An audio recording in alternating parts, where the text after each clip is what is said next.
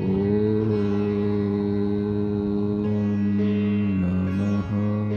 सिद्धेभ्यः।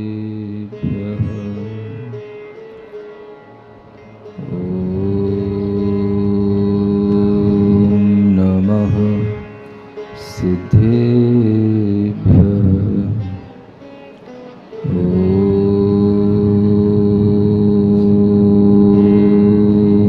नमः सिद्धेभ्यः। जयतस्तव पार्श्वस्य श्रीमद्भर्तुः पदद्वयम् क्षयं दुस्तरपापस्य क्षमं कर्तुं ददज्जयम्। देवादिदेव आदिम तीर्थंकर श्री ऋषभनाथ भगवान की, देवादिदेव श्री पार्श्वनाथ भगवान की, वर्तमान शासन नायक श्री वर्धमान महावीर भगवान की, परम पूज्य आचार्य गुरुवर श्री विद्यासागर जी महाराज की।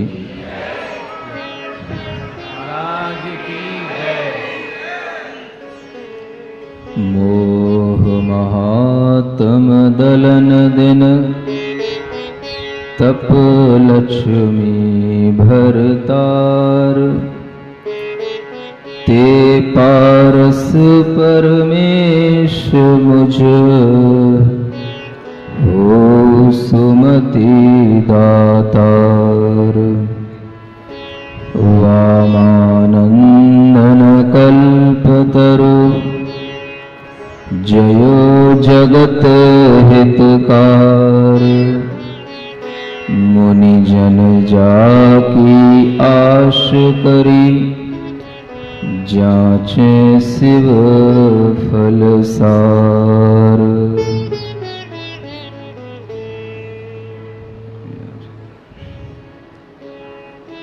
भगवान पार्श्वनाथ की यह कथा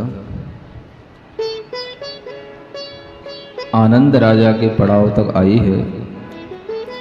जो महामंडली आनंद राजा हैं, वह अपने राजभार को त्यागने के लिए अपना मन बनाते हैं, क्योंकि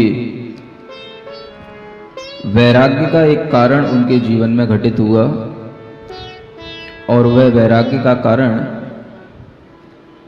बड़ा ही सामान्य सा कारण है।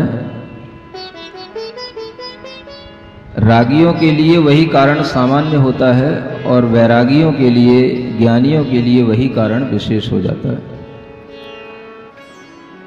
आप सोचते हैं कि हमारे जीवन में भी कभी वैराग्य होगा, कभी वैराग्य घटित हो सकता है, ऐसी कई लोग भावना करते हैं और ये भी विचार करते हैं कि शायद कोई विशेष बड़ा कारण कभी घटित होगा तभी वैराग्य होगा, क्योंकि हम लोगों को सामान्य कारण से वैराग्य होने वाला नहीं है।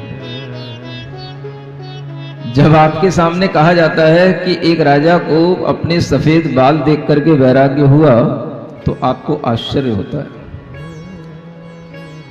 वैराग्य का कारण आप समझते हैं कि जब भी होगा तो विशेष होगा, लेकिन ये ध्यान रखना, दुनिया में जब भी आपको वैराग्य घटित होगा तो बिल्कुल सामान्य कारणों से ही होगा। विशेष कारणों से होने वाला वैराग्य वह उस श्रेणी में चला जाता है जिस श्रेणी में आदमी किसी दुख से दुखित हो जाए, किसी पीड़ा से, किन्हीं अभावों से पीड़ित हो जाए, तो उस कारण से जो वैराग्य उत्पन्न होता है वो वैराग्य यहां मोक्ष मार्ग में काम का नहीं होता। आप देखेंगे कि जितने भी महात्मा हुए हैं, जितने भी महापुरुष हुए हैं, उन सबको जब भी वैराग्य उत्पन्न हुआ है सामान्य कारणों से ही उत्पन्न हुआ है। कभी आपने बुद्ध के बारे में सुना होगा, सामान्य कारणों से ही उन्हें वैराग्य हुआ। उन्होंने देखा कि एक बूढ़ी महिला कमर झुका करके चल रही है, वह बुढ़ापा उन्होंने देखा तो बुढ़ापा भी उनके लिए वैराग्य की सीख देने वाला बना। उन्होंने देखा कि किसी की मृत्यु हो जाने के बाद में उसकी शव यात्रा ले जाई जा रही है, और जब उन्होंने देखा कि इस तरह से व्यक्ति मृत्यु के उपरांत जाता है, तो वह भी उनके लिए वैराग्य का पाठ पढ़ाने वाला बना। अनेक महापुरुषों के जीवन में इस तरीके की वैराग्य की घटनाएं घटती हैं, लेकिन वो सभी घटनाएं वही होती हैं जिन्हें हम और आप देखते रहते हैं, वो सभी सामान्य होती हैं। वैराग्य किसी भी कारण से उत्पन्न हो सकता है। आप लोग वैराग्य को भी एक गीत बना लेते हैं, गाना बना लेते हैं, और उसको भी गुनगुनाते रहते हैं। संसार में रहकर प्राणी संसार को तज सकता है, किसी भी क्षण में वैराग्य उपज सकता है, ऐसा आप गाते रहते हैं। गाते हैं कि नहीं गाते हैं? और उसी में आपके लिए एक और पंक्तियां आ जाती हैं, कभी दर्पण देख विरक्ति, कभी मृतक देख सन्यासी, बिन कारण दीक्षा लेता वह पूर्व जन्म का त्यागी। आपने सब कुछ अपने गानों में निबद्ध कर रखा है। गानों में और भजन में यही अंतर हो जाता है कि अगर वो गाना कहलाता है जो किसी प्रियतमा के लिए गाया जाता है, और वही भजन बन जाता है जो किसी गुरु के लिए गाया जाता है। शब्द महत्वपूर्ण नहीं है, उद्देश्य और भाव महत्वपूर्ण होता है। और जब वह उद्देश्य हमारे लिए भगवान की भक्ति के रूप में, गुरु चरणों में निवेदन के रूप में आने लग जाता है, तो वही हमारे लिए भजन बन जाता है। आप भी एक भजन गाते हैं, संसार में रहकर प्राणी संसार को तज सकता है, और आप इस भावना से इस भजन को बहुत अच्छे ढंग से भी गाते हैं। कई बार मैंने रोचक ढंग से आपको गाते हुए सुना है, देखा है, सुनता रहता हूं। और वैराग्य के जितने कारण हो सकते हैं वो सब आपने इसमें निबद्ध कर लिए हैं। कभी दर्पण देख विरक्ति, ये दर्पण को देख करके ही विरक्ति होती है। दर्पण देख विरक्ति का मतलब ये नहीं है केवल दर्पण को देखने से विरक्ति आ जाती है। दर्पण में जब अपना चेहरा देखा, जिन बालों को हम रोजाना सजाते हैं, संवारते हैं, उन्हीं बालों में जब काले से कुछ सफेद सफेद होते हुए देखे, तो वही दर्पण को देख करके विरक्ति आ जाती है, ऐसा कहा जाता है। लेकिन विरक्ति तो सफेद बालों को देख करके आती है, दर्पण को देख के किसको विरक्ति होगी? आपका चेहरा जो रोजाना खिला रहता है, अगर उसी चेहरे पर धीरे धीरे कुछ झुर्रियां आपको दिखाई देने लग जाएं, तो आपको समझ में आने लग सकता है कि अब कुछ बुढ़ापा आ रहा है। जहां पर हमेशा एक फूले हुए फूल की तरह हम अपने आप को दर्पण में देखते थे, वहीं पर अब थोड़ी सी सलवटें सी पड़ने लगी हैं। कितना ही वस्त्र को प्रेस किया जाए, कभी कभी ऐसे भी वस्त्र बन जाते हैं, उनको प्रेस करने के बावजूद भी उनकी सलवटें दूर नहीं होती। ऐसा ही कुछ जब जीवन में घटित होने लग जाए, ऐसा ही कुछ दर्पण में देखने के बाद में महसूस होने लग जाए, तो आदमी के अंदर कुछ रागांश की कमी हो जानी चाहिए, ऐसा ज्ञानी पुरुषों ने कहा है। कभी दर्पण देख विरक्ति, ये आनंद राजा को इसी तरह के दर्पण देख करके विरक्ति हो रही है। आपको बड़ा मजा आता है जब आप किसी से भी सुनना चाहते हैं। वैराग्य होने के बाद मजा नहीं आता, आपको इस बात पे मजा आता है कि वैराग्य इनको हुआ क्यों, कैसे हुआ, why, what is the reason of your वैराग्य। कई लोग मुझसे भी पूछ रहे हैं, अभी आगरा के लोग बहुत अभी कुछ नए नए हैं, अपरिचित से हैं, तो और ज्यादा इनके अंदर एक क्यूरियोसिटी बनी हुई है। महाराज आपको वैराग्य कैसे हुआ? कैसे बताऊं कैसे हुआ? वैराग्य होने के कोई नए कारण नहीं होते हैं। आपको लगता है कि कुछ नया, कुछ ऐसा, कुछ वैसा हुआ होगा। जो ऐसा और वैसा होता है वो वैराग्य परमानेंट नहीं होता है। वैराग्य बहुत सारे रीजन से होते हैं। वैराग्य on account of some miseries, आपको किसी कष्ट से, किसी अभाव से भी वैराग्य हो सकता है, लेकिन वो वैराग्य बहुत ज्यादा समय तक काम नहीं आता, वो वैराग्य परमानेंट नहीं होता। लेकिन एक दूसरी क्वालिटी का वैराग्य भी होता है, वैराग्य on account of discrimination between real and unreal. जब आप सही और गलत के बीच में, फॉल्स एंड ट्रू के बीच में एक डिफरेंस अपने अंदर जानने लग जाते हैं, तब एक वैराग्य उत्पन्न होता है, और वो वैराग्य ही परमानेंट होता है। ये वैराग्य जो यहां इन महापुरुषों को हो रहा है, जिसके आप गीत गा रहे हैं, जो भजन में आप बोलते हैं, वो सब वैराग्य परमानेंट वैराग्य है। और उन्हीं वैराग्यों में ये वैराग्य आता है, कभी दर्पण देख विरक्ति, कभी मृतक देख वैरागी। मृतक को देख करके भी वैराग्य उत्पन्न होता है, और मृतक को देखने के तरीके कई अलग अलग हो सकते हैं, लेकिन वैराग्य मृतक को देख करके भी उत्पन्न होता है।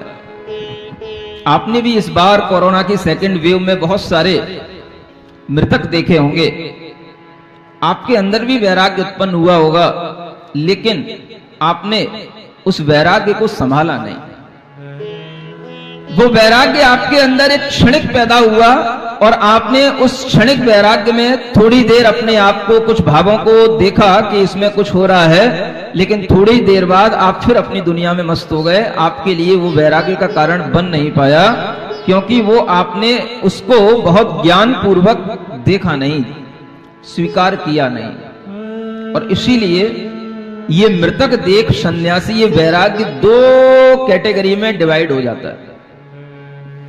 एक कहलाता है मृतक को देख करके वैराग्य होना, और एक कहलाता है शमशान वैराग्य। क्या बोलते हैं? हर आदमी को जब वो किसी के साथ पहुंचता है, किसी की भी अर्थी लेकर के, जो भी उसमें शामिल होते हैं, उन सबके अंदर उस शमशान पर पहुंचने के बाद में भी थोड़ी देर के लिए एक वैराग्य की लहर आती है। उन्हें भी लगता है थोड़ी देर के लिए संसार असार है, लेकिन बस वो उतनी देर के लिए लगता है जितनी देर वहां होते हैं। वहां से जैसे ही वापस लौटते हैं, वो शमशानी वैराग्य फिर अपने घर के राग में परिवर्तित हो जाता है। वह मृतक देख सन्यासी, मृतक देख वैरागी, यह भी एक वैराग्य का कारण है, और ये भी वैराग्य के कारण बनते हैं। जब इस तरीके के वैराग्य बनते हैं, तभी आपके अंदर ये कहा जाएगा कि आपका वैराग्य, आपका त्याग, आपके अंदर की भावनाएं परमानेंट हैं। और इस तरीके के वैराग्य ही जब उत्पन्न होते हैं, तभी कुछ भीतर से घटित होता है।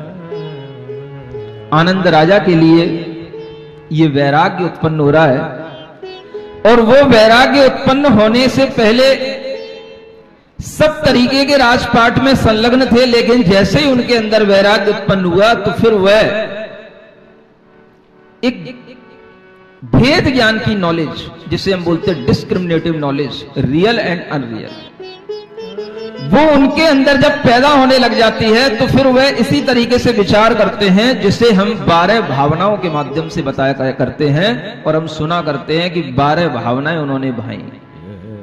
वो 12 भावनाएं क्या हैं? और कोई चीज नहीं है। सत्य को समझना, सत्य को स्वीकार करना, और सत्य की ही भावना करना, और जो कुछ भी हमारे जीवन में मोह के कारण से हम असत्य को सत्य मान करके चल रहे थे, बस वह पर्दाफाश हो जाने का नाम ही वैराग्य होता है। समझना पड़ता है चीजों को, और चीजें जब धीरे धीरे समझ में आने लग जाती हैं, तो आदमी के अंदर एक जिज्ञासा पैदा होती है कि हमारे जीवन में जो भावनाएं उत्पन्न हो रही हैं, ये भावनाएं हमारे साथ कब तक रहेंगी, और ये भावनाएं हमारे जीवन में जो उत्पन्न हो रही हैं, ये हमें किसी खोज की ओर ले जा रही हैं, या केवल उत्पन्न होकर के समाप्त हो रही हैं। कोई भी विचार, कोई भी भावना अगर आपके अंदर उत्पन्न हो, और वो आपको थोड़ी देर परेशान करती रहे, कुछ दिनों तक आपको परेशान करती रहे, कुछ महीनों तक आपको परेशान करती रहे, तो समझना कि आपके अंदर की वो भावना कुछ स्थायी है, कुछ स्थिर है। अगर वह भावना कुछ थोड़ी देर बाद उत्पन्न होने के बाद फिर चेंज हो जाए, तो तो समझना कि वह भावना आपके अंदर एक छोटी सी करंट लेकर के आई थी, लेकिन वो वहीं पर नष्ट हो गई। ऐसे भी वैराग्य, ऐसे भी भाव हर प्राणी के अंदर कभी ना कभी उत्पन्न होते रहते हैं। और वैराग्य का भाव तो समझदारी से ही होता है। ना समझी का वैराग्य कभी ज्यादा टिकता नहीं है। आप देखते होंगे कि बच्चे होते हैं और कई बार बहुत से छोटे छोटे बच्चे हमसे कहते हैं, महाराज मैं बड़ा होकर के क्या बनूंगा? तो वो कहते हैं, महाराज मैं आप जैसा बनूंगा। कई बच्चे कहते हैं। लेकिन जब मैं उन्हीं बच्चों को देखता हूं, जब वो बड़े हो जाते हैं, जब उनमें एक एडल्टनेस आ जाती है, तो उनके सब भाव बिगड़ जाते हैं। क्यों? क्योंकि वो बचपना है। बचपन के भाव अलग होते हैं, और जब समझदारी की आदमी के अंदर आती है तो उस समझदारी के साथ उत्पन्न होने वाले भाव अलग होते हैं। वही भाव परमानेंट होते हैं जो समझदारी के साथ हो। इसलिए आचार्यों ने कहा, बच्चों की बातों में ज्यादा मत आना। और बच्चे वैसे तो इस मोक्ष मार्ग में 8 साल तक के उम्र के लोगों को बच्चा कहा जाता है, इस मोक्ष मार्ग में। लेकिन अगर देखा जाए, समझदारी के साथ देखा जाए, तो आज 8 साल नहीं, हमें 16 साल तक के बच्चों को बच्चों कहना पड़ेगा। 16 साल के बाद हम उसे बड़ा समझेंगे कि अब उसके अंदर क्या भाव आ रहा है, अब वो क्या सोच रहा है। वैसे तो कोई अगर हो तो वह 8 साल के बाद भी वैराग्य ले सकता है, लेकिन उसके अंदर वही वैराग्य उत्पन्न होगा, वह वैराग्य जो आपने इस भजन की और एक तीसरी भावना में लिखा, कोई पूर्व जन्म का त्यागी। कोई व्यक्ति पूर्व जन्म का त्यागी होता है, पूर्व जन्म का वैरागी होता है, तो उसके अंदर भी वैराग्य के भाव सहजता में उत्पन्न हो जाते हैं। और वो भाव अगर उत्पन्न होंगे तो उसके 5 साल में, 6 साल में, 8 साल में भी हो सकते हैं। और आचार्यों ने लिखा है कि 8 साल के भी मुनि महाराज बन सकते हैं। 8 वर्ष में भी दीक्षा ली जा सकती है। अगर वैराग्य का भाव आएगा तो वह 8 वर्ष में भी ले सकता है। नहीं है तो 80 वर्ष में भी कोई अता पता नहीं होता है। वह पूर्व जन्म का त्यागी भी हो सकता है, और उस पूर्व जन्म के त्यागी को कोई बाहरी कारण भी मिल सकता है। मृत्यु भी एक कारण है, बुढ़ापा भी एक कारण है, अपने सफेद बाल देखना भी एक कारण है। लेकिन ये सभी कारण आपको एक रियलिटी की तरफ ले जाते हैं। कष्टों में जीवन बीता, अभावग्रस्त जीवन बीता, इसलिए हमें संसार अच्छा नहीं लग रहा है, ये एक वैराग्य थोड़ा सा परमानेंट नहीं कहा जा सकता। इसलिए जब भी आपके अंदर कभी भी वैराग्य के भाव उठे तो कष्ट के कारण से वैराग्य मत ले लेना। मेरी पत्नी मुझे बहुत परेशान करती है, महाराज अब मैं घर छोड़ना चाहता हूं। ऐसी भूल में मत रहना। वो परेशानी आपकी घर छोड़ने से कम नहीं होगी, यहां पे बहुत मिलेंगी, फिर यहां पे फिर परेशान रहोगे। अगर आपके भाई के कारण से, आपको वैर भाव के कारण से आपको अच्छा नहीं लग रहा है, आप इसलिए वैराग्य ले रहे हैं, तो यहां पर मत आना। क्योंकि यहां पर भी आपको बहुत वैरी मिल सकते हैं, यहां पर भी आपके लिए बहुत सारे दुश्मन मिल सकते हैं। कभी भी जिंदगी में कोई भी व्यक्ति जिन चीजों से भागता है, वो जिंदगी में वो चीजें उसका पीछा करती रहती हैं। भागने से कभी भी वैराग्य नहीं आता। आप अगर कष्टों से भाग करके वैराग्य लोगे, कष्टों से भाग करके आप अगर त्यागी बनोगे, तो आपके अंदर वो कष्ट बने रहेंगे और आपको वो कष्ट घेरते रहेंगे। एक बहुत बड़ी घटना है ये वैराग्य। अगर आपके अंदर वह ज्ञान होगा और सच्चा वैराग्य होगा, तो आप कष्टों को कष्ट नहीं देखोगे। ये तो कष्टों को यहां पर तो जीता जाता है, कष्टों से भागा नहीं जाता है। ये दुखों से जीतने का मार्ग है, इसीलिए इसे जैन मार्ग कहते हैं, जिन मार्ग कहते हैं, जिनेंद्र भगवान का मार्ग कहते हैं, क्योंकि यहां पर दुख जीते जाते हैं, दुखों से भागा नहीं जाता है। जयति इति जिनः, इसलिए हम हमेशा जय जय जयकार करते हैं। और उन्हीं की जयकार करते हैं जिन्होंने जीत लिया हो, कुछ जीत लिया हो। और जो जीत लेते हैं वो फिर वापस नहीं देखते हैं उस ओर, वो लौटते नहीं है उस ओर। जो जीत लेते हैं वो फिर शोहरत के साथ आगे ही बढ़ते हैं। एक बार अगर सेंचुरी लग गई है तो अब दूसरी दृष्टि में वो सेंचुरी से और आगे ही देखेगा प्लेयर, पीछे नहीं देखेगा। इसी तरह से जिसके अंदर एक बार वैराग्य का सही भाव उत्पन्न हो जाता है तो वह फिर वापस नहीं लौटता, जीतता चला जाता है, और जीतना है और जीतना है, और जीतने की क्षमता जब तक उसके अंदर रहती है वो जीतता चला जाता है। इसलिए आप हमेशा सभाओं में जिस किसी भी तरह से हमेशा आप जय जय जय ये हमेशा बोलते रहते हैं, जय हो जय हो जय हो। ये सिखाया गया आपको, हर जैन को। मंदिर में जाते हो तो मंदिर में जाने से पहले भी, मंदिर में प्रवेश करके भी सबसे पहले जय हो जय हो जय हो। क्या जय हो? ये जय हो ये बताता है कि जिसके लिए आप दर्शन करने जा रहे हो उसने जीता है, और उसके लिए आप दर्शन करने जा रहे हो तो उसको देख करके भी आपके अंदर यही भाव आना चाहिए कि मेरी अंदर भी इसी प्रकार की विजय हो, विजय हो। वह सामने हम जैसा कहेंगे वैसा हमारे अंदर भी रिफ्लेक्ट होकर के आएगा। इसलिए हमेशा जैन लोगों को आप देखते हो हमेशा जय जयकार करते रहते हैं। सभा में होंगे तो और जोर से करेंगे, अकेले होंगे तो भी मंदिर में जाते समय, प्रवेश करते समय मन ही मन में तो भी बोलना है जय जय जय, निश्चय निश्चय निश्चय। बोलते हो कि नहीं बोलते? जय माने कि हे भगवान आपने जो विजय प्राप्त कर ली है वो हमेशा ऐसी बनी रहे, और ये विजय हमारी भी हो, ये जय इसी तरीके की बनी रहे, जीतना है। और इस तरह की जीत जो हासिल कर लेते हैं उन्हीं को हम विजेता कहते हैं, उन्हीं को हम वैरागी कहते हैं, उन्हीं को हम त्यागी कहते हैं, और उन्हीं को हम साधु परमेष्ठी कहते हैं। साधु हारा हुआ नहीं होता है दुनिया से, साधु दुनिया के दुखों को जीतने वाला होता है। जो हार जाए वो विजेता कैसे हो सकता है? आप सोचते हो, आप कभी कभी भजन भी गाते हो, दुनिया से मैं हारा तो आया तेरे द्वार। दुनिया से हार के आओगे तो द्वार पर तो आ सकते हो, लेकिन यहां पर आने के बाद में आपको फिर से जीत हासिल करनी पड़ेगी। हमेशा विजय का भाव रखने वाला वह साधु, किसी भी तरह के दुख उसके सामने आते हैं वह सबको जीतने के लिए तैयार होता है, और वही तैयारी उसके अंदर ये आती है भावनाओं के माध्यम से। आप सुनना चाहेंगे सब तैयारी कैसे की जाती है? कितने कष्टों को साधु जीतता है, आगे सब आने वाला है। कितने तरह के आपको कष्ट मिल सकते हैं, एक बार इस दर्पण में आपको दिखाई दिया जाए। कोई जल्दी तो नहीं आपको?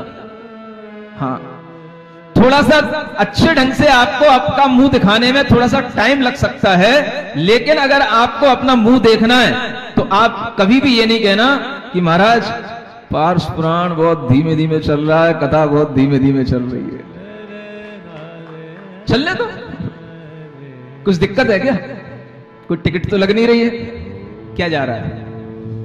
फ्री में गुरु महाराज का आशीर्वाद मिला है और फ्री में ही तुमको सारा उपदेश मिल रहा है, तो फ्री में यह दर्पण में अपना मुख देखने से वंचित क्यों हो रहे हो? क्या लग रहा है? जो लगना था वो तो सब लग चुका है, अब तो बस फिल्म देखते रहना।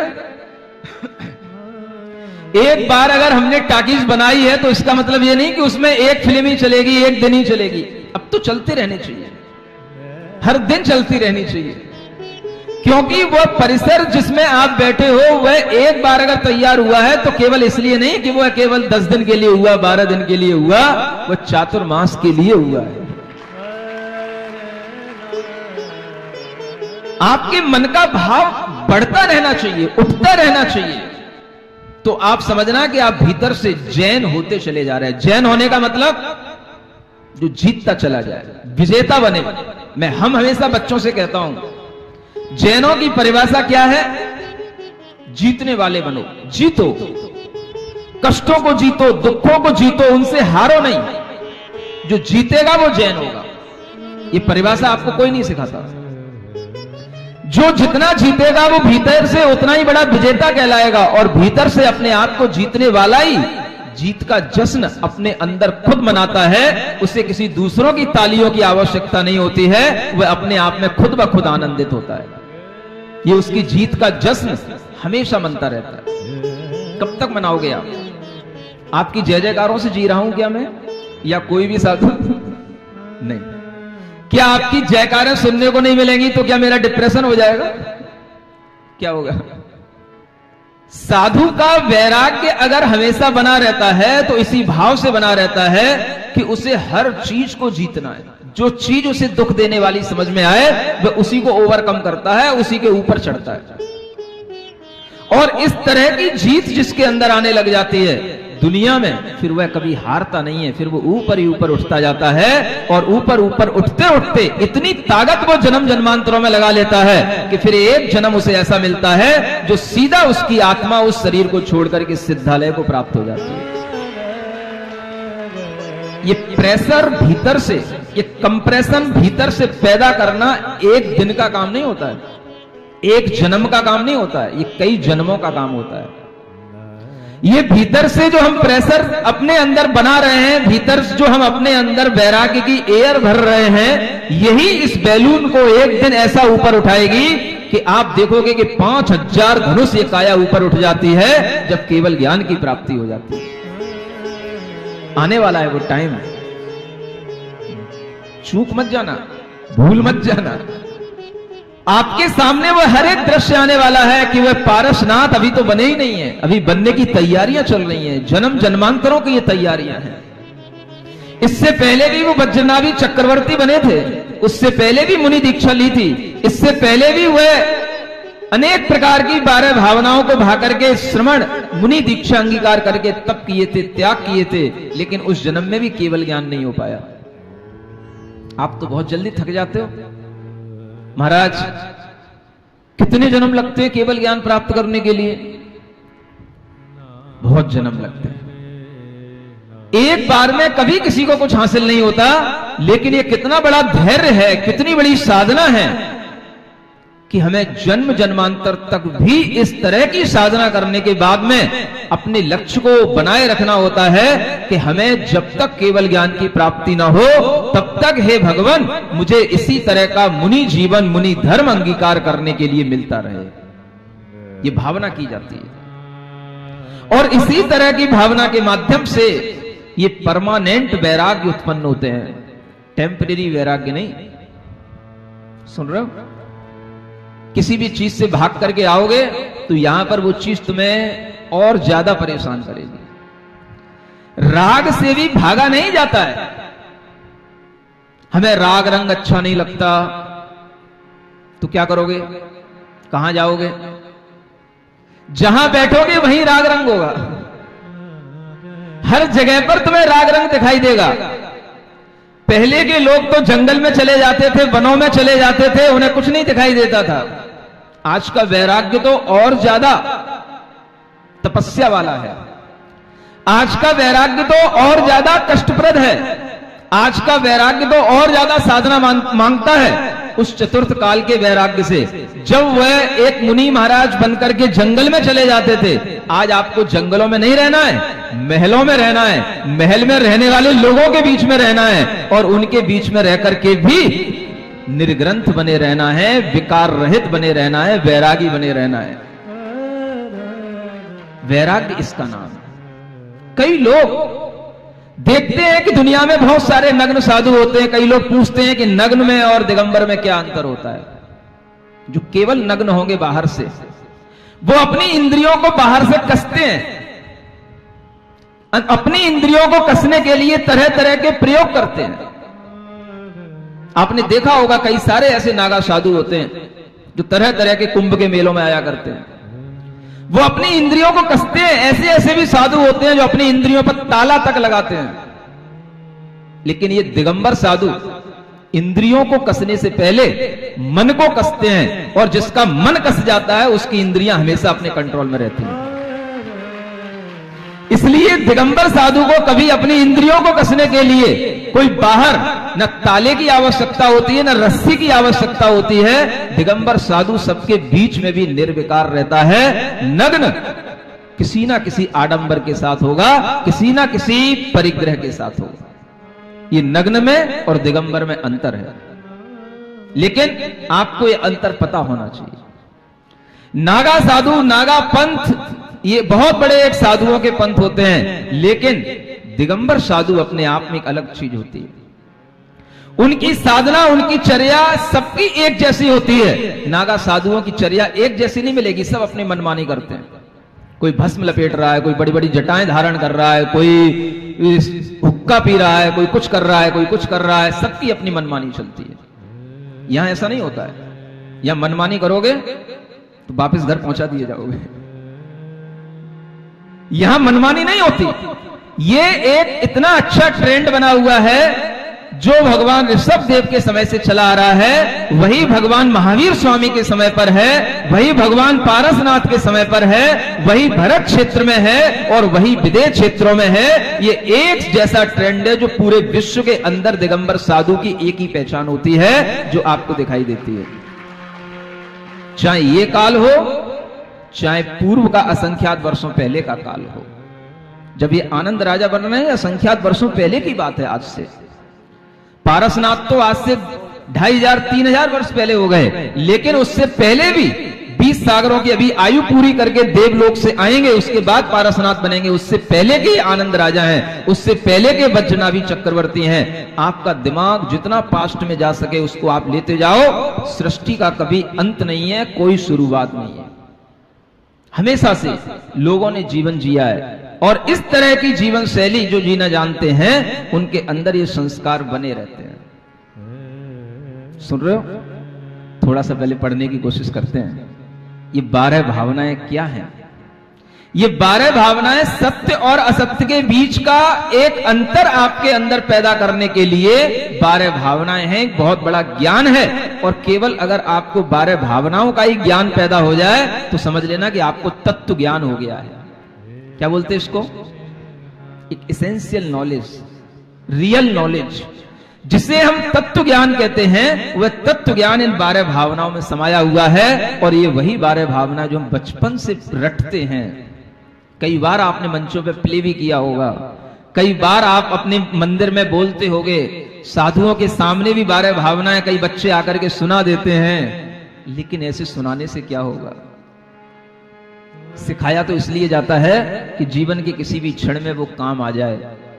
किसी के लिए काम आ जाता है, और अगर काम आ जाए तो एक ज्ञान काम का कहलाता है, और काम ना आए तो वह ज्ञान ज्यों का त्यों रह गया, कुछ आगे और काम में नहीं आया। वह ज्ञान को भावना के रूप में ढालना, इसी तरह से हमें सीखना होगा जैसे यहां सिखाया जा रहा है। Page number 28। राजा राणा छत्रपति हाथिन के असवार, मरना सबको एक दिन अपनी अपनी बार। क्या है ये? अनित्य भावना है। कौन सी भावना? अनित्य। एक लाइन में बड़े बड़े राजा हैं, हाथियों पर बैठ करके चलते हैं, घोड़ों की सवारियां करते हैं, रथों पर चलते हैं। जब रथों पर चलते हैं तब भी उनके ऊपर छत्र लगे रहते हैं, आजू बाजू में लोग चमर ढुलाते रहते हैं। ऐसे हाथियों पर सवारी करने वाले, सुन रहे हो?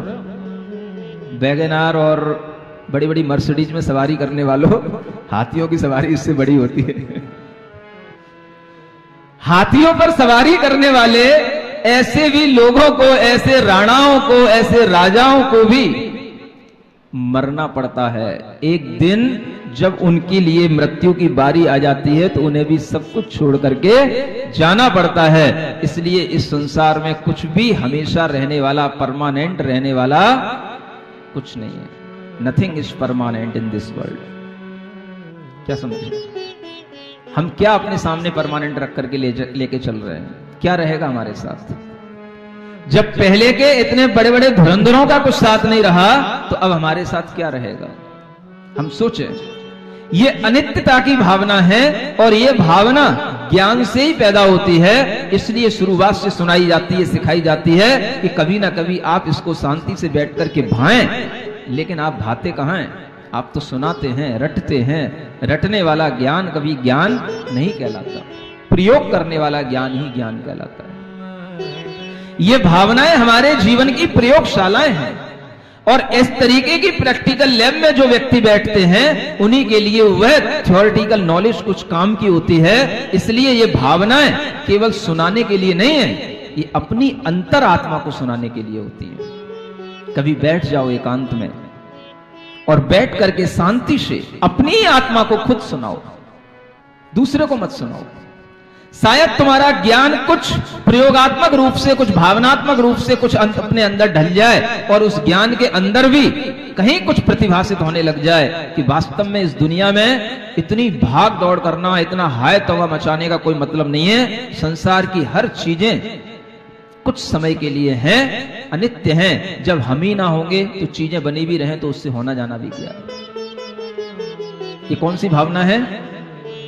पहली भावना याद तो कर लेना, कम से कम 12 भावनाओं के नाम ही याद कर लेना। सुन रहे हो? पीछे तक सुनाई पड़ रहा है ना? 12 भावनाओं के नाम ही याद कर लेना कि पहली भावना का नाम अनित्य भावना है। दूसरी भावना, आदमी किसी ना किसी की शरण में भागता है, किसी ना किसी को अपना रक्षक बनाता है, किसी ना किसी की गोद में रहना चाहता है, किसी ना किसी की छांव में रहना चाहता है, ताकि मेरा जीवन सुख से कट जाए।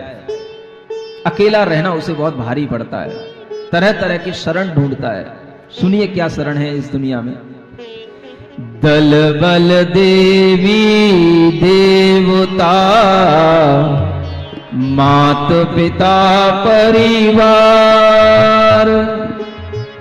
मरती बिरिया जीव को कोई न राखन हार, कोई न राखन हार। बड़े बड़े दल, सेनाओं को, टुकड़ियों को दल कहा जाता है। बड़े बड़े दलों का बल, और ऐसे अनेक देवी देवता जो कई बार मंत्रों से भी सिद्ध कर लिए जाते हैं, और ऐसे माता पिता जो भी बहुत समर्थ होते हैं, बड़े बड़े राजा होते हैं, राणा होते हैं, परिवार के लोग भी कई बार बहुत समर्थ होते हैं, बड़े बड़े अरबपति करोड़पति सब होते हैं, लेकिन मरती बिरिया जीव को कोई न राखन हार। जब मृत्यु आती है तो आप कितना ही करोड़ देने की कोशिश करो, वह आपको रोड पर ले ही आती है, वह आपके लिए बचा नहीं पाती है। कितने ही करोड़पति लोगों के भी 30-30 साल के बच्चे भी इस कोरोना में चले गए हैं। सुन रहे हो? नाम बताने की जरूरत नहीं है। ये मरती बिरिया जीव के लिए कोई शरण नहीं मिलने का नाम ही है अशरण भावना। हमेशा इस दुनिया में रह करके ये भाव रखो कि हम जिन लोगों के आसपास हैं वो हमारे लिए शरण नहीं है, मैं तो इस दुनिया में अशरण हूं। अगर मुझे कोई शरण है तो देव, शास्त्र और गुरु ही हमारे लिए सच्ची शरण है, और कोई शरण नहीं। यही तुम्हें मृत्यु से बचाने का मार्ग बताएंगे, यही तुम्हें मृत्यु को जीतने की तरकीबें बताएंगे, और यही तुम्हें वास्तव में जीना सिखाएंगे। इसलिए देव, शास्त्र और गुरु ही सच्ची शरण कहलाते हैं। बाकी के दलबल, देवी देवता, माता पिता, परिवार, ये सब हमें मरने से कोई बचाने वाला नहीं। ये दूसरी भावना का नाम है अशरण भावना। तीसरी भावना संसार की भावना है। हम जहां रहते हैं वहां आसपास देखें संसार में क्या होता है। दाम बिना निर्धन दुखी, तृष्णावश धनवान, कहीं न सुख संसार में, सब जग देखो छान। दाम बिना निर्धन दुखी। दाम माने पैसा, धन, और जिसके पास में धन है उसके पास में तृष्णा है, और अधिक उत्पन्न हो जाए। ये करोड़पति अरबपतियों को भी चैन नहीं होता है। जिनके बड़े बड़े रिच लोगों की लिस्ट में जिनके नाम आ जाते हैं, उनका टेंशन आप समझ नहीं सकते। उन्हें रोजाना सुबह उठ करके यही देखना पड़ता है कि कितना हमारा टर्नओवर कहां हो रहा है और कहां कम हो रहा है, कितना शेयर कम हो रहा है, कितना शेयर बढ़ रहा है, कब हम उस रिच मैन की लिस्ट में सेकंड नंबर पर आ गए और कहीं हम थर्ड पर ना आ जाए। इस टेंशन के कारण से भी उनको नींद नहीं आती है, तृष्णा का कोई अंत नहीं। कहीं न सुख संसार में, सब जग देखो छान, जगत को छानो, जगत को देखो। लोग पूछ रहे थे, महाराज आपको वैराग्य कैसे हुआ, फिर बता दो। सुन रहे हो, बता ही दूं आज। इस संसार में कहीं सुख है, कहीं दुख है। अगर आप इसको छानते रहोगे तो अपने आप आपको समझ में आने लगेगा कि वास्तव में संसार में हमें सुख कहां मिल सकता है, और हमें दुख अगर सुख के रूप में समझ में आ रहा है तो हम कभी भी सुख की खोज में निकल नहीं सकते। ये संसार को देखो बस, और कुछ मत देखो। एक प्रश्न बचपन से ही जीवन में चलता रहता था। ये जितने भी जीवन में लोग हमें मिलते हैं, देखने वाले, जानने वाले, ये सब लोग क्या कर रहे हैं, इनको भीतर से देखो, थोड़ा सा भीतर से सबको समझने की कोशिश करो। और जब हम किसी को भीतर से देखने समझने की कोशिश करते हैं तो हमें उसकी असलियत पता पड़ती है। ऊपर ऊपर से तो सब लोग, कोई इंजीनियर बन रहा है, कोई डॉक्टर बन रहा है, कोई कलेक्टर बन रहा है, लेकिन उसकी वास्तविक जीवन में जाकर के घुसो तो पता पड़ता है कि किसी कलेक्टर को, किसी भी इंजीनियर को कोई भी संतुष्टि नहीं है। सब कुछ अचीव करने के बावजूद भी उसके चेहरे पर मिलानता है, झुर्रियां हैं, संतुष्टि नहीं है। और यह भाव आपको देखने को मिलेगा। और यही देखते देखते अगर आपके अंदर कभी यह भाव आ जाए कि हम वास्तव में देखें, अगर किसी की मृत्यु होती है तो मृत्यु के उपरांत उसका क्या हाल होता है, और उससे जो संबंधी लोग होते हैं उनका क्या हाल होता है। कोई और कारण नहीं था जीवन में। कारण तो बहुत सारे हो सकते हैं, छोटे मोटे कारण अनेक चला करते हैं, अनेक तरह के भीतर से प्रश्न उत्पन्न होते हैं, अनेक तरह की भीतर से कोई भी तरीके की जिज्ञासाएं भी उत्पन्न होती रहती हैं। लेकिन कोई कारण जब आदमी को ज्यादा उसके ऊपर इंपैक्ट डाल दे तो समझना कि वही उसके लिए मुख्य कारण बन गया, और कोई कारण नहीं। मृत्यु को निकट से देखना, सुन रहे हो, और उनको देखना जिन्हें अपन जानते हो।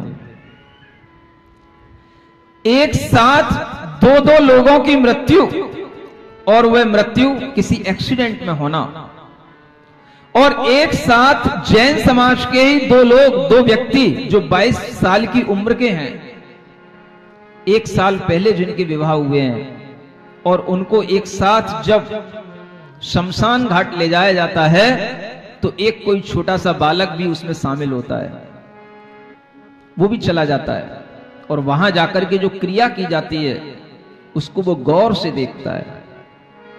सुन रहे हो? और गौर से देख करके उसके हृदय तक वो बात इतनी गहरी उतर जाती है कि आखिर एक जीते जागते जवान नव युवक को जो 22 साल का है, एक साथ एक झटके में इसकी मृत्यु हो गई। पत्नी है, बच्चे हैं, सब कुछ है, अच्छा भरा पूरा परिवार है, और सब रो रहे हैं, बिलख रहे हैं, और इसको लोगों ने जाकर के सब जला दिया, राख कर दिया। किसी के मन में कोई भी दर्द नहीं आया, किसी के मन में कोई भाव नहीं आया, और एक छोटा सा बालक इस बात को देखता रहता है। छोटा क्यों कहूं, तो बड़ा हो चुका होगा तभी ढंग से समझदारी से देख रहा होगा। सुन रहे हो? और ये दृश्य उसकी आंखों में बैठ गया कि लोग अंत तक, जब तक कि वो शव पूरा न जल जाए, लास्ट में जब खोपड़ी रह जाती है तब भी उसके ऊपर डंडा मार मार करके उसको पूरा समाप्त करके ही वहां से आते हैं। ये सब देख करके उसके मन में आया कि हम जो ख्वाब देख रहे हैं, हम जो जिंदगी में अनेक तरह के सपने संजो रहे हैं, ये सपने पूरे होंगे ना होंगे कहा नहीं जा सकता, लेकिन जीवन में मृत्यु किसी भी क्षण आकर के खड़ी हो सकती है। और यही कारण बन जाता है उस नवयुवक के वैराग्य का जो आज आपको वैराग्य का पाठ पढ़ा रहा है।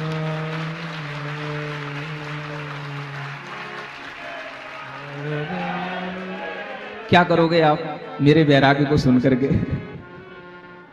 आपने तो कई बार ऐसी मृत्युएं देखी हैं, 10-10, 20-20 अर्थियां भी एक साथ उठी हैं कई शहरों में, लेकिन कभी किसी को कुछ हुआ नहीं। इसलिए कह रहा हूं वैराग्य के कारण कोई विशेष नहीं होते हैं, सामान्य होते हैं। लेकिन उस सामान्य कारण कोई जो विशेष रूप से अपने हृदय में धारण कर ले, बस उसी के लिए वह राग की लाइन हट जाती है और वैराग्य का भाव उसके अंदर उपज आता है, और वही वैराग्य उसको एक सत पथ पर चला देता है, एक आत्म पथ पर चला देता है और उसे एक सही रास्ता दिखा देता है। जब ऐसा वैराग्य उत्पन्न होता है तभी ये भाव उत्पन्न होता है, जिंदगी जिंदा कहां है। क्या पूछना पड़ता है? जिंदगी जिंदा कहां है। ये पता नहीं कि यही शब्द पहले चल रहे थे, ये तो वैराग्य होने के बाद, मुनि दीक्षा होने के बाद कभी फुर्सत में बैठ करके सोचा कि ये मैंने कहां से कहां आ गया, ये मैंने कौन से विचारों से क्या कर लिया, तब एक भीतर से गूंज पैदा हुई।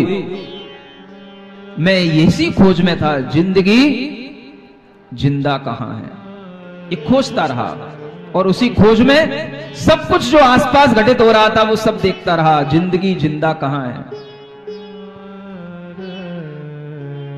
सोच कर मुझको लगा कि जिंदगी जिंदा कहां है। दुखी कोई प्रीति करके, दुखी कोई प्रीति बिन, दुखी कोई पुत्र से तो, दुखी कोई पुत्र बिन, पुत्र चाहत में बढ़ी पुत्री की संतति से दुखी, देख कर मुझको लगा कि जिंदगी जिंदा कहां है। देख कर मुझको लगा कि जिंदगी जिंदा कहां है। हर दिशा आशा बनी फैली हुई आकाश तक, तोड़ लाऊंगा सितारे यह यकीन था आज तक, पर वहीं से लौटते राही के चेहरे पे शिकन, देख कर मुझको लगा कि जिंदगी जिंदा कहां है। देख कर मुझको लगा कि जिंदगी जिंदा कहां है। हर दिशा आशा बनी। हर किसी के अंदर आशाएं होती हैं, इच्छाएं होती हैं, तमन्नाएं होती हैं, सब कुछ होता है। और हर दिशा इस तरह की आशा बनी, सब आसमान छू रही हैं, हर तमन्नाएं आसमान छू रही हैं। जहां पहुंचना है, जो प्राप्त करना है, वो सब कुछ प्राप्त करने की इच्छाएं हैं। लेकिन पर वहीं से लौटते राही के चेहरे पर शिकन। जिन्होंने वो तमन्नाएं प्राप्त कर ली हैं, उनके भी चेहरे पर शिकन देख करके सोच कर मुझको लगा कि जिंदगी जिंदा कहां है। अब कौन कौन सी तमन्नाएं आपको बताऊं, दुनिया सुन रही है। सब तरीके की तमन्नाएं होती हैं एक आदमी के जीवन में, और वो तमन्नाएं उसको आगे बढ़ा रही थी। लेकिन कहीं ना कहीं कोई प्रसंग ऐसा बनता है जो सारी आग को शांत कर देता है, और उन तमन्नाओं को भी, सबको जितना फोर्स बाहर की ओर जाता है उतना ही फोर्स से वह तमन्ना भीतर की ओर कन्वर्ट हो जाती है, डाइवर्ट हो जाती है। सोचकर मुझको लगा कि जिंदगी जिंदा कहां है। वो घटना जो अभी आपको मैं सुना रहा था, इन लाइनों में वो घटना भी लिखी हुई है, समझ पाओ तो समझ लेना। वो दिवाली दीप वाली और ये होली के रंग, उत्सवों से सजी सुबह मृत्यु के साए में भंग, मरघटा पर प्राण घट दो फूंक करके लौटते, सोच कर मुझको लगा कि जिंदगी जिंदा कहां है। सोच कर मुझको लगा कि जिंदगी जिंदा कहां है। अभी सोच रहा हूं जिंदगी जिंदा कहां है। जहां जिंदगी जिंदा मिलेगी उस समय भी आपको बताऊंगा कि जिंदगी जिंदा कहां मिली। अभी तो सोच चल रही, जैसे आनंद राजा की सोच चल रही, मैंने अपने आप को उसी के साथ जोड़ लिया। अभी आनंद राजा को भी आगे बढ़ने दो, वैराग्य भावना पूरी होने दो, फिर आपको बताता हूं कि जिंदगी जिंदा कहां है, कहां अपने को मिली वह जिंदगी की, जहां देख करके अपने को लगा कि जिंदगी जिंदा यहां है। वो प्रसंग भी आपके सामने आएगा। पहले आप इन 12 भावनाओं में सरोवर होने की कोशिश करें। 3 भावनाएं आपने पढ़ ली है। चौथी भावना है एकत्व भावना। आप अकेला अवतरे मरे अकेला होय, यूं कबहू इस जीव को साथी सगा न कोई। अकेले ही आए थे ना दुनिया में, जिस मां के गर्भ में आए, जिस परिवार में जन्म लिए, अकेले ही आए थे। होगा कोई ट्विंस भी हो सकता है, कोई थ्राइस भी हो सकता है, लेकिन जन्म तो सबने अपना अपना लिया है। जन्म सबका अकेला अकेला हुआ है। और उस अकेले जन्म लेने के बाद ही अगर हमारी मृत्यु भी होगी तो भी हम अकेले ही होंगे, अपनी दिशा अलग ही होगी। ये बीच का बस झमेला है, बीच का एक थोड़ा सा मेला है, बाकी आगे भी अकेला है और पीछे भी अकेला है। आप अकेला अवतरे मरे अकेला हो, यूं कब हो इस जीव का। साथी सगे जीव के नहीं है, शरीर के हैं। शरीर ने जिस गर्भ में जन्म लिया, शरीर ने जिस परिवार में जन्म लिया, उस शरीर के आसपास रहने वाले लोग, माता पिता भाई बहन चाचा ताऊ ताई नाना नानी मामा मामी सब बन जाते हैं। किससे? शरीर से। जीव का कौन सगा है? मेरी आत्मा का कौन सगा है? समझ आ रहा है? सगाई भी होती है तो किसकी होती है? शरीर की कि आत्मा की? अरे तुम लोग तो बहुत ऊंचे लोग हो, सबने अपनी अपनी आत्मा की भी सगाई कर रखी है। समझ आ रहा है? कैसी कैसी भावना करते हैं लोग, समझ में आ रहा है? 7 जन्मों तक हमारा तुम्हारा साथ रहे, ऐसे ऐसे भी भाव करते हैं लोग। समझ आ रहा है? मतलब मैं सोच के रह जाता हूं कि ये कितना बड़ा दुख अपने सिर पर उठाए रखने का, ढोए रखने का भार जन्म जन्मांतर के लिए कर रहे हैं। समझ आ रहा है? मुझे आश्चर्य होता है जब कोई 90 साल के दादाजी अपनी 90 साल की दादी जी के साथ भी एनिवर्सरी मनाते हैं और कहते हैं साथ रहे तेरा जन्म जन्म का मेरा। सोचता हूं भगवान कब कब कब बुद्धि आएगी, कब सोचेगा आदमी। इतना सुख, इतना मोह कि जन्म जन्म तक साथ निभाने का हम वायदा कर रहे हैं, जन्म जन्म तक साथ रहने का हम एक अपने आप में अनुबंध कर रहे हैं, और हम उससे दुखी भी हो रहे हैं, और उसी अनुबंध से हम अपने आप को सुखी भी बनाने की कोशिश कर रहे हैं। ये हम जितने भी आंख मिचोली खेल रहे हैं, ये सब हमारे लिए ठगने वाली चीजें हैं। ये सब हम अपने आप को दुखी बना रहे हैं। ये भावनाएं करना छोड़ पाओगे? 12 भावनाओं तो उन्हीं के मन में आएंगी जिन्हें कभी ऐसा भाव ही उत्पन्न ना हो कि मैं जन्मों जन्मों तक के लिए तुम्हारे साथ में हूं। किसकी सगाई हो गई भाई? आत्मा की सगाई कर लेते हैं लोग, इतनी आत्मा की भावना करते हैं, जन्म जन्म तक तू ही मेरी पत्नी रहना, तू ही मेरा पति रहना। हा? ओहो, ऐसा पाप भाव कभी नहीं करना। सुन रहे हो? कर लिया हो तो उसकी प्रायश्चित कर लेना, तौबा कर लेना। अभी नहीं समझ आ रहा है, हंस रहे हैं अभी, मतलब ही समझ नहीं आ रहा है। जब तक ये तौबा नहीं होगी, जब तक ये पाप भाव नहीं छोड़ोगे, तब तक ये 12 भावनाएं आपके ऊपर कोई असर करने वाली नहीं है। ये 12 भावनाएं का असर तो तभी होगा जब आपको ये समझ में आए कि हमारे सगे संबंधी सब देह के हैं, आत्मा के नहीं है। और अगर हम आत्मा से अपना अनुबंध करना चाहते हैं तो हमें अपने गुरुओं से अपना अनुबंध करना चाहिए कि जन्म जन्म तक हे गुरुदेव, हे प्रभु, मुझे आपका साथ मिले, ये अनुबंध करना चाहिए। जन्म जन्म तक मुझे ऐसे ही गुरु के उपदेश मिले, जिन दर्शन मिले, जिनेंद्र भगवान का मंदिर मिले, ये भावना करनी चाहिए। क्या सुन रहे हो? लेकिन आप लोगों के अंदर अगर इस तरह की मोह की भावनाएं बढ़ेंगी तो ये धर्म की भावनाएं पीछे रह जाएंगी।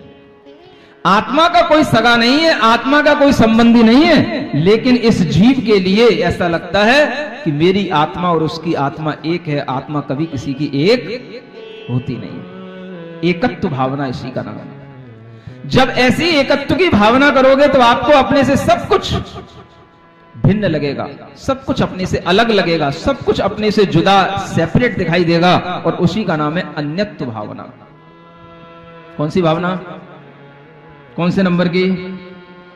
5वें नंबर की। जहां देह अपनी नहीं, तहां न अपना कोय, पर संपत्ति पर प्रगट ये, पर है परिजन लोय। जब देह भी अपनी नहीं तो दूसरे लोग अपने कैसे हो सकते हैं? देह भी अपने को छोड़ देती है, देह भी बीच में रोगी हो जाती है, किसी भी तरह की बीमारियां आकर के देह भी नष्ट हो जाती है, लेकिन हम देह को भी अपना बनाए रख करके और परिजनों के लिए भी अपना बनाए रख करके रोते रोते यहां से विदा होते हैं। देह को छोड़ करके विदा नहीं होते हैं, वो तो छूटना एक मजबूरी बन जाती है। अन्यत्व भावना भाने वाला जीव हमेशा समझेगा ये परिजन भी पर है और देह भी पर है, और जब इसे देह पर दिखाई देती है तो इसे देह के साथ एक अशुचि भावना भी दिखाई देती है। कौन सी भावना? दीपे चाम चादर मणि, हाड़ पिंजरा देह, भीतर या सम जगत में और नहीं घिन गेह। क्या? ये दिपे माने बहुत ही दीप्तिमान, चमकती हुई दिखाई देती है। इसके ऊपर ये चाम रूपी एक चादर से मड़ी हुई है ना? जो चर्म है, स्किन है, उसी की चादर इसके ऊपर लपटी हुई है, और बस वही स्किन बड़ी ग्लोफुल दिखाई देती है। उसी के कारण से बस ये सब बड़ा ब्यूटीफुल दिखाई देता है। लेकिन भीतर हार्ड पिंजरा। कभी आप बॉटनी की लैब में गए होंगे, समझ आ रहा है? वहां देखने ऐसे पिंजरे लटके रहते हैं, हाड़ों के कंकाल वहां दिखाई देते हैं, समझ आ रहा है? जिनमें कोई भी तरीके का कुछ भी नहीं होता है, कोई नसें भी नहीं हो, कुछ नहीं, सिर्फ एक कंकाल होगा, है ना? वो भी एक मनुष्य है। वह उसका वास्तविक, उसका वह भीतरी अंतरंग की वह रचना है, वह उसका स्ट्रक्चर है, इंटरनल स्ट्रक्चर, वो वहां दिखाई देता है। आंख बंद करोगे तो आपको भी दिखाई देगा। हाड़ पिंजरा दे, भीतर या सम जगत में और नहीं घिन गे। इससे बढ़कर के कोई भी घिनौनी चीज इस जगत में नहीं है। दुर्गंधित, अशुचि, अपवित्र कोई पदार्थ जितना इस शरीर में उत्पन्न होता है, दुनिया के किसी भी स्थान पर कोई चीज वो उत्पन्न नहीं होती है। ऐसे ये शरीर में वह अशुचि भावना करता है। कौन? कौन? रागी नहीं, कामी नहीं, ज्ञानी करता है। ज्ञानी, सुन रहे हो? नहीं सुन रहे हो? कौन करता है? ज्ञानी। अभी भी समझ में नहीं आ रहा? ज्ञानी का मतलब, ज्ञा को कुछ लोग कहीं पर जिया बोलते हैं। जिया क्या बोलते हैं? कभी आप किसी मराठी वाले से मिलना, कभी गुजराती वाले से मिलना, तो जिया बोलते हैं। जिया, जैसे आचार्य महाराज भी कभी बोलेंगे ना, ज्ञान सागर नहीं बोले, ज्ञान सागर जी महाराज की कभी कभी ऐसा बोलते हैं। समझ आ रहा है? अब मैं आपको ज्ञानी की जगह क्या बोलूंगा? ज्ञानी क्या बोलूं? जानी। समझ में आ रहा है? जानी। जिसमें ज्ञान हो, जिसमें जान हो, उसी को जानी कहा जाता है। अगर आप में ज्ञान आएगा तो ये चीजें, ये भावनाएं आपको समझ में आएंगी। समझ आ रहा है? हाँ तो बोलो। अब असुचि भावना के बाद में एक भावना आती है जिसका नाम है आश्रव भावना। मोह नींद के जोर जगवासी घूमे सदा, कर्म चोर चहूं सर्वस लूटे सुध नहीं। ये सभी लोग दुनिया के जितने हैं, ये सब मोह नींद के जोर इनके अंदर है। जोर, जोर माने एक फोर्स है, एक बल है इनके अंदर। किसका? मोह का। उस मोह की नींद में ये सभी घूम रहे हैं जगवासी, और इनको कर्म हमेशा लूट रहे हैं, इनकी संपत्ति को, इनके आत्मा के गुणों को, लेकिन इन्हें शुद्ध नहीं है, कुछ भी होश नहीं है। इस सब मोह की नींद में सोए हुए हैं। मेरे मम्मी, मेरे पापा, मेरे चाचा, मेरा घर, मेरा परिवार, मेरा जॉब, मेरे धन, मेरा बैलेंस, मेरा व्यापार, मेरे महल, मेरा नगर, सब इसी मोह की नींद में घूम रहे हैं। सुन रहे हो? ये नींद जब टूटेगी तब कुछ काम बनेगा। और वो नींद कैसे टूटेगी? संबर भावना से टूटेगी। सतगुरु देह जगाय मोह नींद जब कुसमय, तब कछु बने उपाय कर्म चोर आवत रुके। ये कर्म रूपी चोर आना रुक जाए, इसी का नाम है संवर भावना। और संवर माने होता है कर्मों का आना रुक जाना। वह हमारी जिन भावनाओं से रुकता है वो भावना संवर भावना कहलाती है। लेकिन वो संवर भी आने के लिए दोनों कार्य चाहिए। कल आपको बताया था ना, एक अंतरंग कारण और एक बहिरंग कारण। अंतरंग कारण तो आपकी मोह की नींद का थोड़ा सा उपशमन, माने थोड़ी सी कमी आना है। क्या सुन रहे हो? हाँ, बहुत ज्यादा अगर कुंभकर्ण की नींद में सो रहे हो तो कोई भी गुरु कितना ही आपको आवाजें देता रहे, कितना ही वो चिल्लाता रहे, कुछ होने जाने वाला नहीं। कुंभकर्ण की नींद में किसको जगाया जा सकता है? नींद थोड़ी सी हल्की पड़े, उपशमित हो।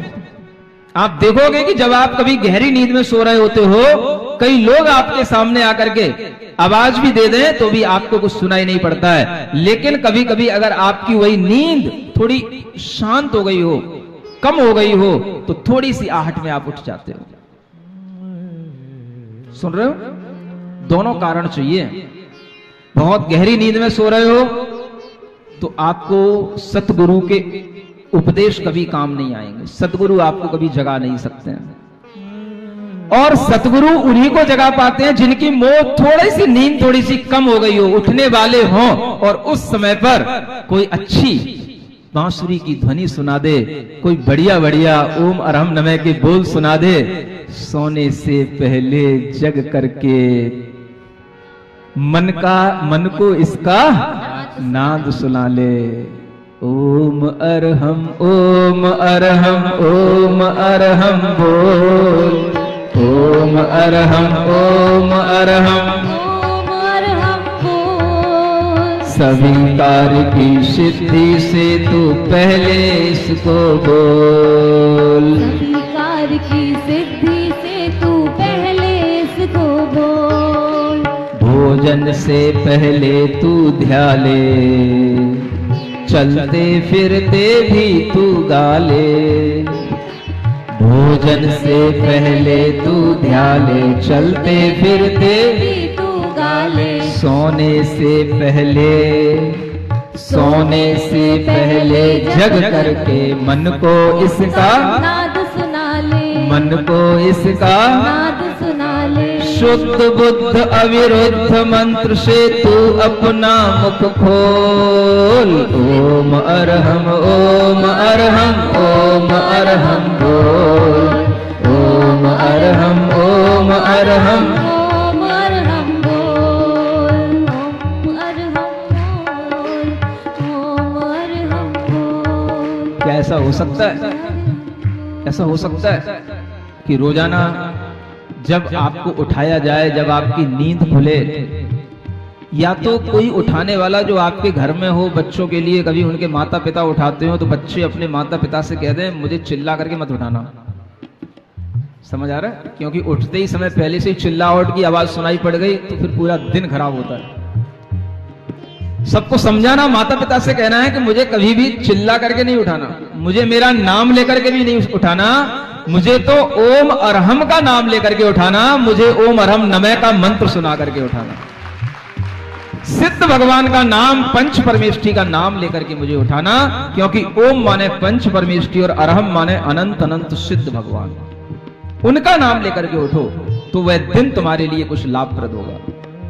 और इस तरह से जब जागृति बनती है तो वह मोह नींद जब कम होती है तभी सतगुरु आपको कोई उपदेश देते हैं तो आप जाग पाते हैं। ये बहुत अच्छी बात है, ये बहुत अच्छी बात है। एक बहुत अच्छा, यह अभी अच्छा टाइम चल रहा है आगरा के लोगों के लिए कि ये सब सुबह सुबह जल्दी उठ करके, अब तो बेटे ही आते थे, युवा ही आते थे, अब तो युवतियां भी आने लगी हैं और ये सब सुबह सुबह उठ करके अब तो 200 की संख्या में कॉस्मस मॉल में जाकर के बैठ जाते हैं। समझ आ रहा है? और आनंद लेते हैं 1 घंटा। बढ़िया, ये समझे, ये जागृति जागृति है। ये जागृति हमें आगे भीतर से और जागृति बढ़ाएगी, बनाएगी। क्योंकि अगर एक बार हमारे ऊपर इस वाणी का असर होने लगे, एक बार अगर हमारे लिए ये अच्छा लगने लग जाए तो फिर आपके लिए हमेशा के लिए ऐसा हो सकता है कि आप रोजाना जल्दी उठें, उठ करके रोजाना अरहम ध्यान करें, योग करें और फिर बाद में अपना काम करें। आज की पीढ़ी को जल्दी सुबह उठाना बहुत बड़ा कठिन काम है और ये पीढ़ी अगर सुधरेगी तो यहीं से सुधरेगी। बस ये जल्दी सुबह उठना सीख जाए तो सुधर जाएगी पीढ़ी। और समझ लेना, जिसके घर के बच्चे सुबह जल्दी उठने लगे वो बच्चे, समझ लेना, वो सुधर गए और वो बच्चे अच्छा इंसान बन गए। क्योंकि सुबह वही जल्दी उठ सकता है जो रात में जल्दी सोया हो, और रात में वही जल्दी सो सकता है जो रात में 9 बजे के बाद, 10 बजे के बाद मोबाइल नहीं चलाता हो। क्या हो गया? समझ आ रहा है? वो तो केवल आज का नियम है, ये नियम आगे बनाए रखना है। आज बच्चों को मैंने एक नियम दिया कि आज रात के 9 बजे के बाद में कोई भी मोबाइल नहीं चलाएगा। तो बड़े खुश है बच्चे, लेकिन ये खुशी बनी रहनी चाहिए। आपके लिए यह जागृति अगर बनेगी तो ऐसे ही ये धीरे धीरे हमारी लाइफ स्टाइल को चेंज कर पाती है। और इस तरह का उपशमन अगर भीतर से मोह का होगा तो सतगुरु के उपदेश काम करते हैं। इसलिए मैं कह रहा था कि आपके लिए अच्छा समय है, यहां पर ये उपदेश काम कर रहे हैं, अच्छी संभावनाएं दिख रही है। ये संबर की भावना कहलाती है। कौन सी भावना? संबर, अपने आप को रोक पाना। सुबह नींद आ रही है फिर भी अपने आप को रोक पाना, नहीं, जल्दी उठना है, समय से पहुंचना है। रात में मोबाइल देखने का मन हो रहा है, नहीं, लेकिन अपने आप को रोक पाना, ये क्या है? इसी को बोलते हैं संबर। जब जब आप अपने आप को रोकें तो क्या समझना, मैं कौन सी भावना कर रहा हूं? संबर, संबर भावना। कौन सी भावना? हाँ, इसी संबर भावना से कर्म आना रुकते हैं। और जब ऐसा संबर होने लग जाता है तो फिर क्या होता है? ज्ञान दीप तप तेल भरी, घर शोध है भ्रम छोर, या विधि बिन लिख से नहीं, बैठे पूरब चोर। ज्ञान का दीप और तप का तेल भरना पड़ता है। ज्ञान का दीप जलाओ, पहले ज्ञान लाओ, दीपक पहले लाया जाता है, तेल उसमें बाद में डाला जाता है। इसलिए पहले ज्ञान अर्जित करो, फिर उसमें तप का तेल डालो और फिर उसमें वह बाती लगा करके फिर अपने घर को खुद देखो। किसके घर को? अपने भीतर, अपने ही घर को, अपनी आत्मा के घर को, अपने ही घर को शोधो। और इस तरह से जब देखोगे अपने घर में, जहां जहां उजाला होगा वहां वहां वह चोर दिखाई नहीं देंगे, क्योंकि चोर अंधेरे में घूमते हैं, उजाले में नहीं घूमते हैं। जब आपके अंतस में उजाला होने लगेगा तो कर्म रूपी चोर अपने आप भागने लगेंगे। और कर्म को भागने लग जाना माने अपनी आदतें सुधर जाना, इसी का नाम है निर्जरा हो जाना, पुरानी आदतें छूट जाना। सुन रहे हो? पुरानी आदतें छूट जाना। अभ्यास करते करते ये क्या कर रहे हैं? ये निर्जरा कर रहे हैं। और उस निर्जरा करने के लिए कुछ ताकत लगानी पड़ती है। पंच महाव्रत संचरण समिति पंच प्रकार, प्रबल पंच इंद्री विजय धार निर्जरा सार। ये निर्जरा कैसे होती है? हमें व्रतों को धारण करना होता है, 5 महाव्रत, समितियां, और अपनी 5 इंद्रियों को जीतना, इन्हीं के माध्यम से यह निर्जरा होती है। तो जब भी हम कभी अपने कर्मों की निर्जरा करेंगे तो हमें छोटे छोटे व्रत लेने पड़ेंगे, छोटी छोटी सी त्याग करने पड़ेंगे, और उसी के माध्यम से हम अपनी इंद्रियों को जीतेंगे तो वह निर्जरा का कारण बनेंगे। छोटी निर्जरा से छोटे चोर भागेंगे और बड़ी निर्जरा से बड़े बड़े चोर भागेंगे। पहले छोटे छोटे काम करो, फिर बड़े बड़े भी सीखोगे। 14 राजू तंग नभ लोक पुरुष संठान, तामे जीव अनादि सो भरमत है बिन ज्ञान। किसमें? 14 राजू, लंबा, ऊंचा कहना चाहिए, समझ आ रहा है? और यह असंख्यात करोड़ किलोमीटरों की लंबाई हो जाती है 14 राजू। ऐसा 14 राजू लंबा ऊंचा यह एक लोक है, जो मनुष्य की आकृति, अगर कमर पर हाथ रख करके और आप अपने दोनों पैरों को फैला करके खड़े हो जाएं तो वह लोक की आकृति बन जाती है। ऐसी आकृति के आकार का ही ये 3 लोक है, और इस 3 लोक में अनंत जीव हैं। ये सब बिना ज्ञान के कारण से ही भ्रमण कर रहे हैं। किसके बिना? ज्ञान के बिना। हाँ, और वो ज्ञान जो यहां आपको दिया जा रहा है, ये ज्ञान जिन जीवों के पास में नहीं है वही जीव भ्रमण कर रहे हैं। इसलिए जो लोग, इतना ही मत समझना कि जो यहां बैठे हैं वही ज्ञान ले रहे हैं। दुनिया में बहुत से लोग आपकी टेक्नोलॉजी के माध्यम से, आपके डिजिटल वीडियो के माध्यम से, यूट्यूब आदि चैनलों के माध्यम से ये ज्ञान ले रहे हैं। और इन सब ज्ञान को जो लोग जहां कहीं पर भी प्राप्त कर रहे हैं, वो समझना अपनी मोह की नींद को कम कर रहे हैं, और वह इस संसार में भ्रमण करने से अपने आप को बचा रहे हैं। जांचे सुर तरु देहि सुख, चिंतत चिंतारैन, बिन जांचे बिन चिंतवे, धर्म सकल सुख देन। आपने पहले भावना की थी निर्जरा भावना, फिर निर्जरा के बाद आई लोक भावना, जो 14 राजू ऊंचा लोक में अनेक जीवों को हमने समझा। और फिर उस लोक भावना के बाद में आती है धर्म भावना। कौन सी? धर्म भावना। इतनी ही भावना पर्याप्त है कि अगर बड़े बड़े कल्प वृक्ष, सुर तरु माने कल्प वृक्ष हैं, उनके सामने भी हमें मांगना पड़ता है। चिंतामणि रत्न होते हैं, उनमें भी हमें कुछ ना कुछ सोचना पड़ता है, चिंता करनी पड़ती है। लेकिन धर्म एक ऐसी चीज है, बिना याचना किए हुए, बिना विचारे हमें सब प्रकार के सुख देता है, उसका नाम है धर्म। क्या सुन रहे हो?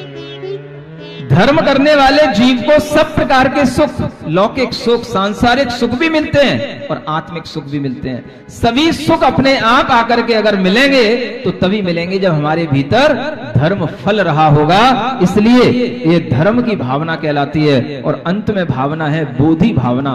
जिसे हम बोधि दुर्लभ भावना कहते हैं। धन कन कंचन राज सुख सवै सुलभ करी जान, दुर्लभ है संसार में एक जथारथ ज्ञान रे भैया, एक जथारथ ज्ञान। सुन रहे हो?